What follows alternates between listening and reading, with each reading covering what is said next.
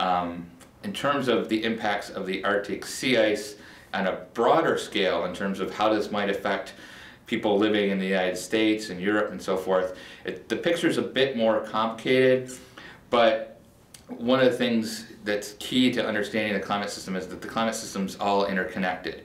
I like to say the Arctic's not like Las Vegas. What happens in the Arctic doesn't stay in the Arctic.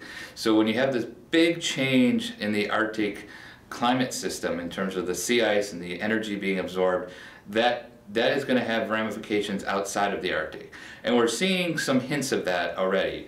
And one of the potential ramifications of this is that you have this big heating in the Arctic area, and that allows essentially, that essentially changes like the jet stream, which is the weather patterns in the United States, for example. It causes the jet stream to kind of do dips farther down.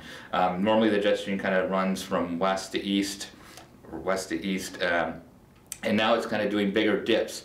And what that does, if you follow the weather, whenever you see big storms coming or heat waves, if you look at the jet stream, and a lot of times they'll show this on the weather forecast, you'll see these big dips, and that's because what you're doing is you're transferring cold air down from the north or warm air down from the south, and you're also kind of trapping air masses within these troughs in the jet stream, and so you get more extreme heat waves, more extreme storms, more extreme cold, and so that's what we would expect to see from the loss of sea ice as in terms of an effect of the sea ice.